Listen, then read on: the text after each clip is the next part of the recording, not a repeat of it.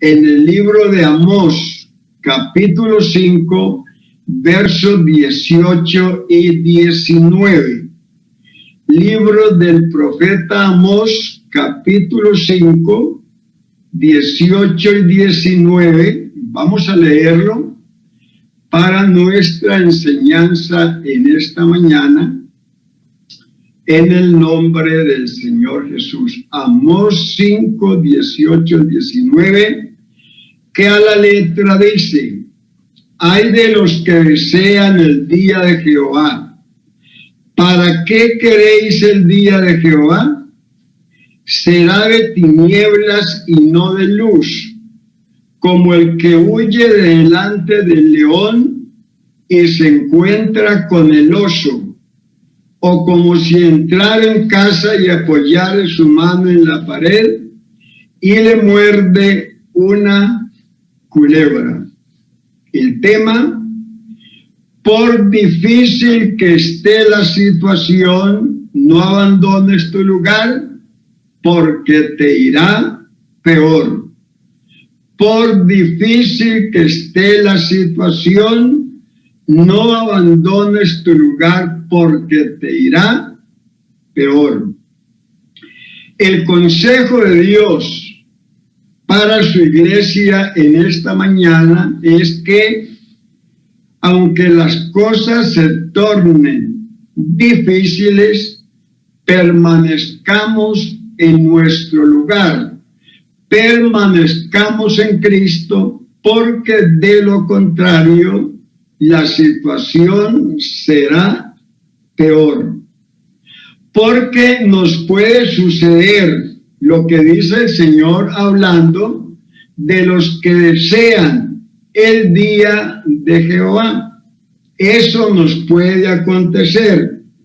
Eso le sucederá al cristiano que en medio de las dificultades abandone su lugar.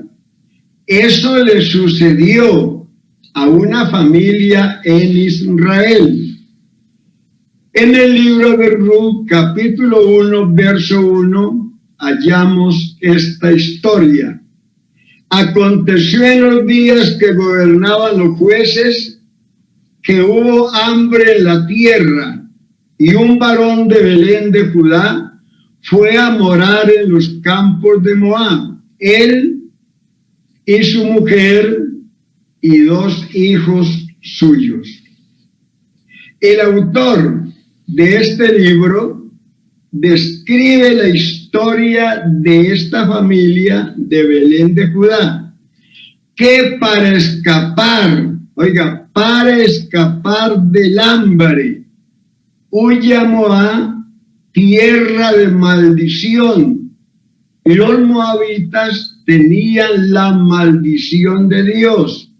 Y esta familia, para escapar de la dificultad, huyó a tierra de maldición, y allí le fue peor. Por huir, del león, se encontró con el oso, que tiene más poder, que tiene más fuerza que el león. Allí sufre severas adversidades. Muere el jefe de la familia, mueren sus 2 hijos casados, y ahora quedan 2 viudas desamparadas. Esa fue la consecuencia de haber abandonado su lugar, de haber dejado la tierra de provisión para descender a un lugar de maldición. A esta familia le sucedió exactamente lo que dice el libro de Amós, hablando de los que desean el día de Jehová. Y eso le pasó, a esta familia. Huyeron del león y se encontraron con el oso. Le fue peor. Y le sucederá a todo aquel que en medio de la adversidad abandone el lugar de bendición y descienda al mundo, lugar de maldición. Pero el escritor de esta historia no solo se limita a decirnos que esa familia se fueron a ese lugar de maldición, sino que también nos dice en qué tiempo se fueron y por qué se fueron.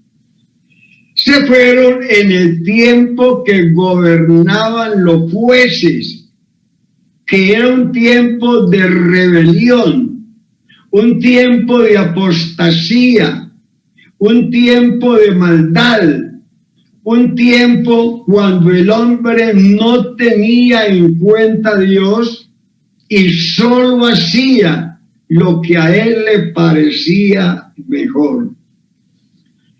Se puede decir de ese tiempo lo que dice Dios en el Salmo 14, el verso 2.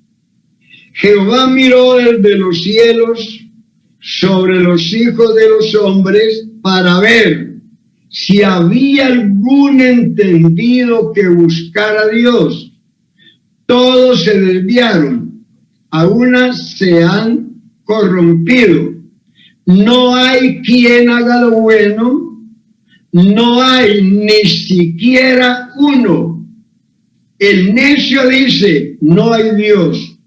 Y lo mismo se dice en los últimos 4 capítulos del libro de los jueces. Jueces 17:6. En aquellos días no había rey en Israel. Cada uno hacía lo que bien le parecía. Jueces 18:1. En aquellos días no había rey en Israel. Jueces 21:25. En aquellos días no había rey en Israel. Cada uno hacía lo que bien le parecía. 2 veces se dice, cada uno hacía lo que bien le parecía. No había rey en Israel.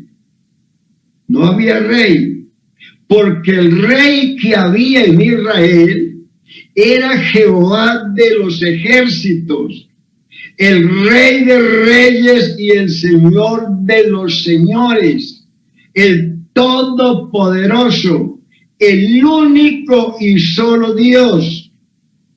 Pero el pueblo lo había rechazado y no quisieron que él reinara sobre ellos. Lo desecharon como rey y pidieron rey, querían un rey, y presentaron 2 motivos. Primero, que Samuel ya estaba muy viejo. No queremos profetas viejos, desactualizados, enchapados en lo antiguo, fanáticos. Queremos profetas jóvenes que estén de acuerdo con nuestros caprichos. Segundo, que sus hijos no andan en los caminos de su padre. Pero los hijos de Samuel no eran los profetas de Israel. El profeta era Samuel y él andaba bien delante de Dios. Porque para algunos, los hijos de los profetas, los hijos de los pastores tienen que ser pastorcitos. Pero esto era solo un pretexto. Pero solo una excusa, porque lo que ellos querían era ser gobernados por un rey pagano, ser gobernados por un rey que no le temiera a Dios. ser gobernados por un rey que no tuviera en cuenta a Dios, por un rey que realmente no anduviera en los caminos de Dios, pero no querían ser gobernados por Dios. Entonces lo rechazaron con el pretexto de que Samuel estaba muy viejito y que los hijos no andaban por buen camino, pero eran solamente pobres excusas, porque lo que ellos querían era ser gobernados por un rey pagano y que el Señor no los gobernara. Por eso, en el tiempo de los jueces no había rey. Esa era la razón, no había rey porque el pueblo lo había rechazado y cada uno hacía lo que bien le parecía. Oiga, cada uno andaba por sus propios caminos, cada uno elegía según su propio capricho, su propia opinión, y a Dios no le tenía en cuenta.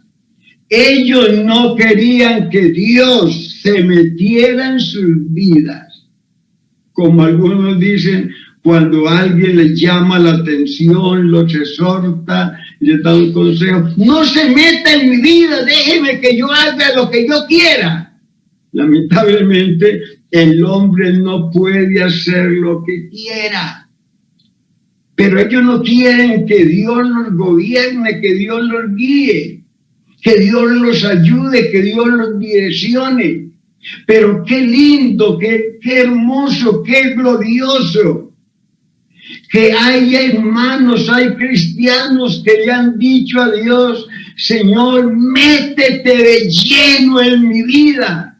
Yo quiero que tú seas mi guiador, que tú seas mi rey, que tú seas mi todo, que tú seas el que me ayudas en los tiempos más difíciles de mi vida. Señor, sé todo en mi vida. Esto es algo maravilloso y, hermano, en la iglesia tenemos esos cristianos que se dejan guiar por la palabra de Dios, que se dejan aconsejar, que se dejan amonestar, que le dicen, Señor Jesús, métete de lleno en mi vida.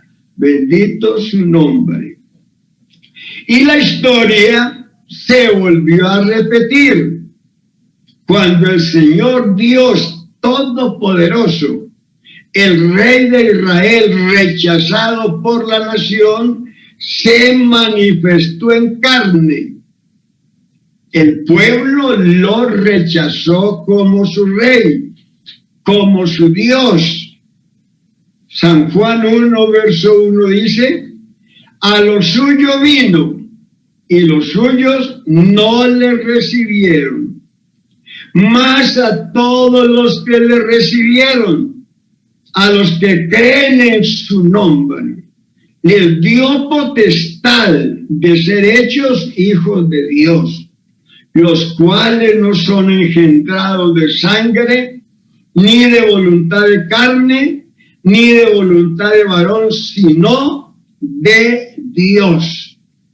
Oiga, los suyos, cuando él vino en su manifestación en carne, le dijeron, nosotros no queremos que usted reine sobre nosotros. No queremos. Queremos seguir siendo gobernados por reyes paganos. Ahora pensemos, ¿por qué esta familia se fue del lugar de bendición, de la tierra de provisión, a una tierra de maldición? ¿Por qué se fueron? Se fueron por no soportar la escasez, por no soportar el hambre, porque en la tierra prometida había hambre, había escasez, no había alimento. Y esto no era una situación normal, teniendo en cuenta lo que Dios había dicho acerca de la tierra prometida. Deuteronomios 8, verso 7, se los voy a leer. Porque Jehová tu Dios te introduce en la tierra buena, tierra de arroyos, de aguas, de fuentes y manantiales, que brotan en vegas y en montes, tierra de trigo y de cebada, de vides, higueras y granados, tierra de olivos, de aceite y de miel, tierra en la cual no comerás el pan con escasez, ni te faltará nada en ella, tierra cuyas piedras son hierro, y de cuyos montes sacarás cobre, y comerás, te saciarás, y bendecirás a Jehová tu Dios por la buena tierra que te habrá dado. En vez de bendecir a su Dios por esa buena tierra, entonces lo abandonaron, dejaron el lugar, dejaron la tierra de provisión, se apartaron de Dios. Y entonces Dios los tuvo que disciplinar. ¿Qué hizo Dios? Cerró las ventanas de los cielos para que no descendiera la lluvia sobre esa tierra. Porque Dios al que ama, disciplina. Reprende a todo el que recibe por hijo. Dios los estaba disciplinando. Dios les estaba enseñando una lección. Pero ellos no soportaron la disciplina. Ellos, en vez de soportar la disciplina, se rebelaron más contra Dios y descendieron a ese lugar de maldición. En otras palabras, abandonaron a Dios y descendieron al mundo. Bendito el nombre del Señor. ¿Dónde vivían ellos? Vivían en Belén de Judá. Y Belén de Judá significa casa del pan. Y Judá significa Él será alabado. Y era allí donde ellos tenían que permanecer a pesar de la escasez. Allí tenían que quedarse. Pero ellos no estaban enseñados, no estaban acostumbrados a sufrir escasez, estaban enseñados a comer siempre en abundancia, a comer lo que ellos querían, a disfrutar de los frutos de esa buena tierra, pero ahora tienen escasez. Ellos no podían decir lo que dijo el apóstol Pablo en Filipenses 4, verso 11. No lo digo porque tenga escasez, pues he aprendido a contentarme cualquiera sea mi situación. Sé vivir humildemente, sé tener abundancia en todo y por todo. Estoy enseñado, así para estar saciado como para tener hambre, así para tener abundancia como para padecer necesidad. Todo lo puedo en Cristo que me fortalece. Bendito su nombre. Pero esta familia, por no soportar la escasez, se fueron de Belén, de Judá, sin tener en cuenta que estaban huyendo de la casa del pan y que era allí donde el nombre, que es sobre todo nombre, debe ser alabado, exaltado y glorificado. Y estos nombres, oiga, estos nombres nos hablan de la iglesia. Le estoy hablando del significado de la palabra Belén, casa del pan, y el significado de la palabra Judá. Él será alabado. Judá significa alabanza. Entonces huyen de su lugar sin tener en cuenta que estaban abandonando la casa del pan y que estaban dejando de alabar al único que merece toda la alabanza y la adoración de su pueblo. Así que estos nombres nos hablan de su iglesia, porque es en su iglesia donde Jesucristo es alabado, exaltado y muy glorificado. Es en su iglesia donde nos alimentamos, oiga, de su gloriosa y santa palabra, porque allí en su iglesia hay abundancia de pan. Eso tuvo que reconocerlo. Ese hijo que en un momento de locura abandona a su padre, pide la herencia y va y la gasta con mujeres rameras y en los vicios que este mundo brinda. Pero hermano, todo se acaba. Lo único permanente es la misericordia y el amor y la bondad de nuestro Dios.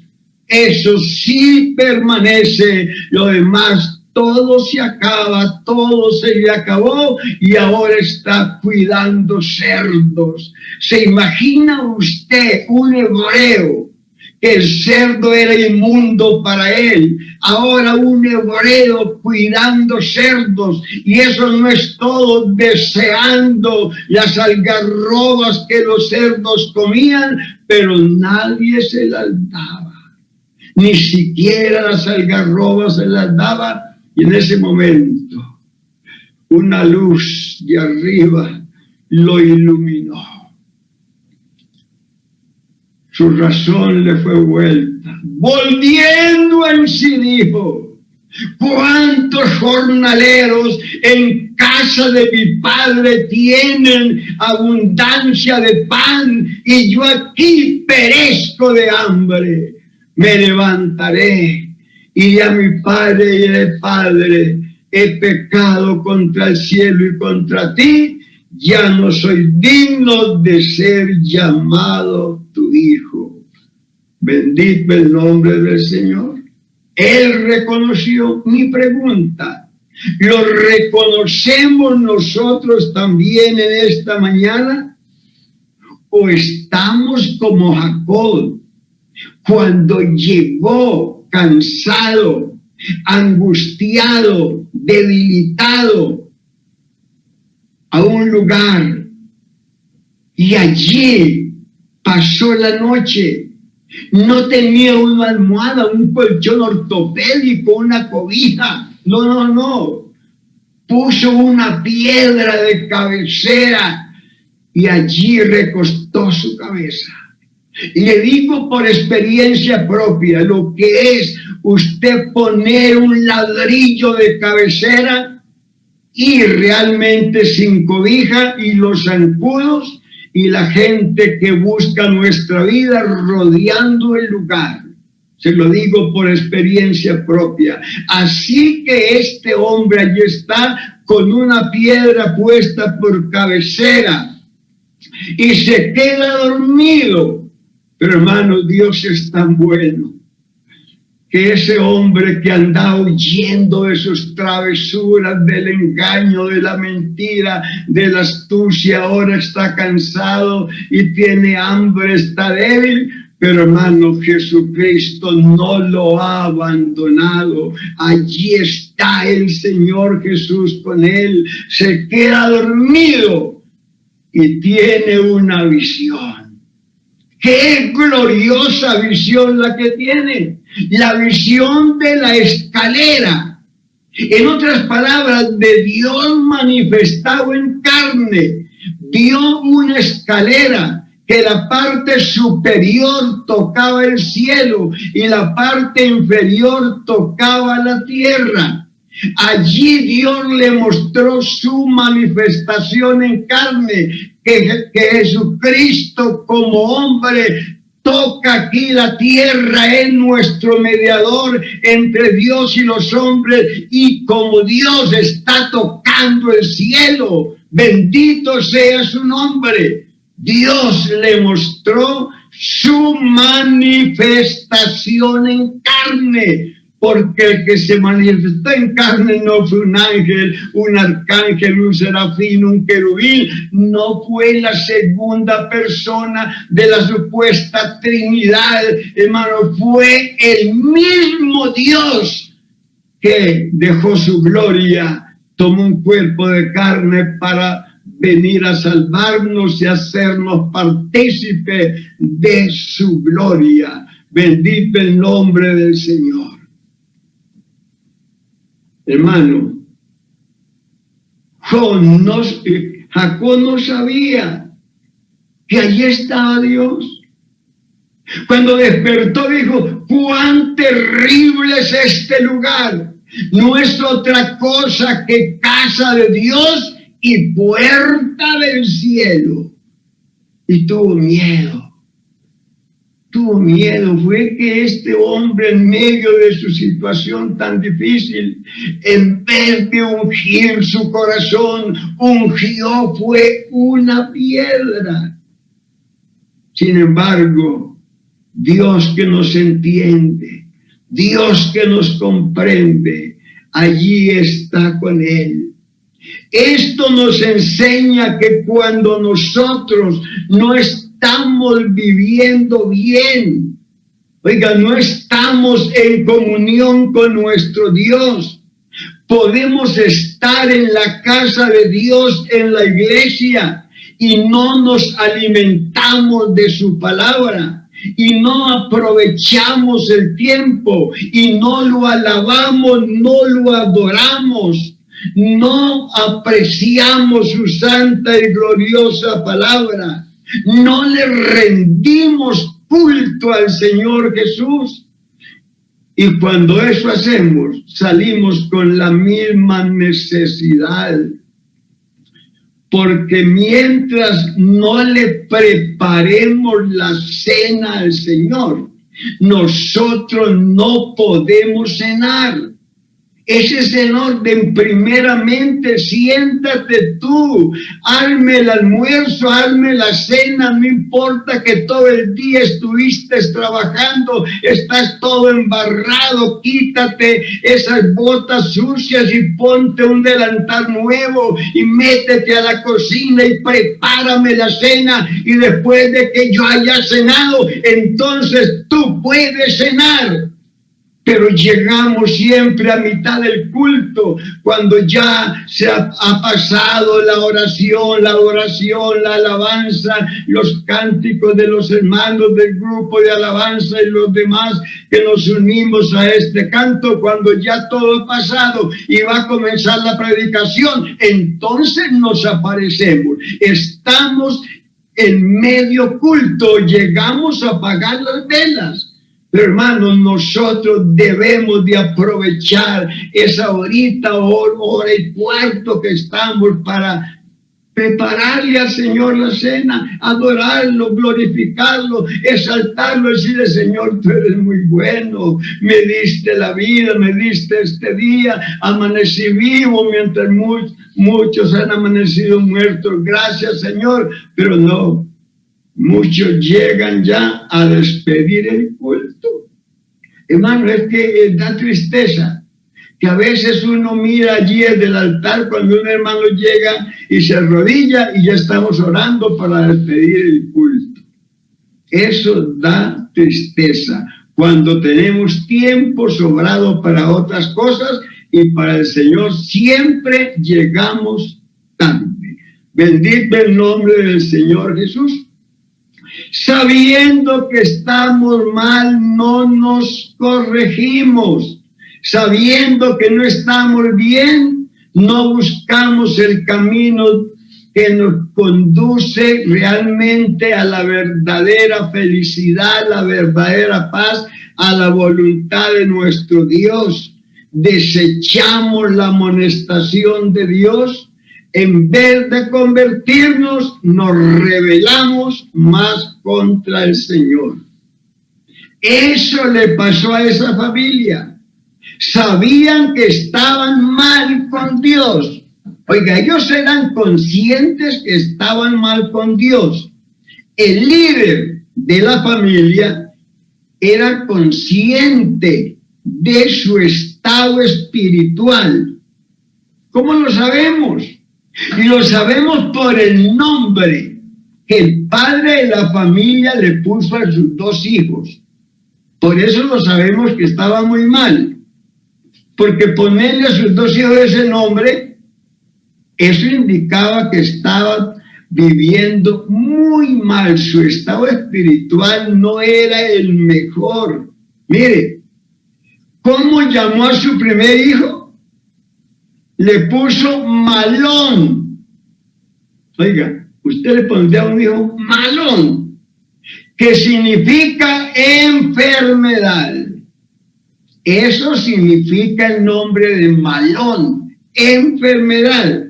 Y al segundo le puso Elión, que significa dolor del gaste. Oiga, primero enfermedad, segundo, dolor del gaste, porque la enfermedad produce mucho dolor y la persona se desgasta, se va enflaqueciendo, a lo último queda como un fideo, delgaditico por causa de la enfermedad. Así que este hombre sabía que estaba enfermo y que su enfermedad lo estaba consumiendo poco a poco. Pero no quiso tomarse la droga, porque es que en la casa de Dios hay medicina, en la casa de Dios hay la mejor droga. Oiga, a veces nosotros oramos por los enfermos: Señor Jesús, sana a mi hijo, sana a mi hermano, a mi esposa, tú eres el mejor médico, hermano. Olvídese. No diga que Cristo es el mejor médico, porque Cristo no es médico. Él no formula, Él sana. Jesucristo es nuestro sanador. El médico solamente se limita a dar una fórmula a ver si acierta. Pero hermano, Cristo no nos da fórmulas. Cristo nos sana. Pero este hombre se fue de la casa del pan, donde estaba la droga, la medicina, a tierra de maldición. No se quiso tomar la droga que Dios le daba en la casa del pan, porque en la casa del pan hay medicina para el enfermo. Oiga, hay medicina para el enfermo. El samaritano, después de aplicarle los primeros auxilios al herido, lo llevó ¿a dónde? Al mesón, que representa a la iglesia, y pagó, oiga, y pagó al mesonero, que representa al pastor, para que lo siguiera cuidando mientras él regresaba. Porque es que él va a regresar. Crea o no lo crea, él va a regresar. Si usted cree que él regresa, él regresa. Y si no cree que regresa, él regresa. Porque la incredulidad del hombre no puede hacer vana la verdad de Dios. Pero el herido debía permanecer en el mesón, porque es en el mesón donde Cristo nos alimenta. Oiga, Es en el mesón donde Cristo nos alimenta. Vean, Jesucristo nos puede sanar en cualquier parte, en la plaza, en el parque, en la casa, en la esquina, en el camino, nos puede sanar. Pero Él en cualquier parte no nos alimenta. Él tiene el lugar donde nos alimenta y es su iglesia. Es allí donde Él nos alimenta. En cualquier parte nos sana, pero que nos dé alimento solamente en su iglesia. Por eso al herido le aplicó los primeros auxilios en el camino, pero no le dio de comer. No, le aplicó aceite, vino, pero no le dijo, tenga este pedazo de pescado y de pan. No, lo llevó al mesón para que el mesonero lo alimentara mientras él regresaba y le pagó la comida. Al paralítico lo sanó en Betesda, pero en el templo lo alimentó. Fue allí donde Cristo le dijo, mira, que has sido sanado, no peques más, para que no te venga alguna cosa peor. Eso no se lo dijo en el lugar donde lo sanó, sino en el templo. Escuche bien, en el templo. A Saulo de Tarso lo salvó en el camino, pero no le dijo qué era lo que tenía que hacer, sino que le dijo, ve a Damasco, que allí hay un hombre que te dirá lo que te conviene hacer. ¿Qué es lo que nos conviene hacer en esta mañana?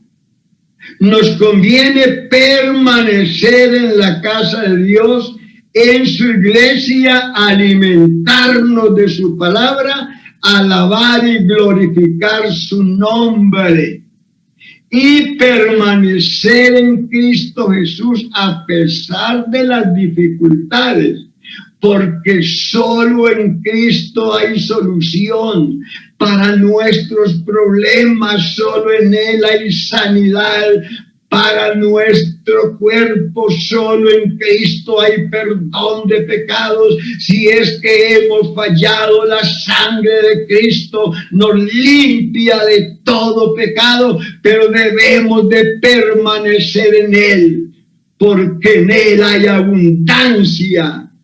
Oiga, en Él hay abundancia y en la escasez, en las buenas y en las malas, Jesucristo siempre está con nosotros y debemos decir, y con esto termino, debemos decir como el apóstol Pablo después de tantas experiencias, ¿quién nos apartará del amor de Cristo? Tribulación, angustia, persecución, hambre o desnudez o peligro o espada. Antes en todas estas cosas somos más que vencedores por medio de aquel que nos amó. Permanezcamos en Cristo a pesar de las dificultades, porque en Él tenemos realmente garantía, tenemos paz y tenemos la vida eterna. Que el Señor Jesús nos bendiga por medio de su palabra y que la paz de Dios inunde nuestros corazones, y les deseo un feliz almuerzo.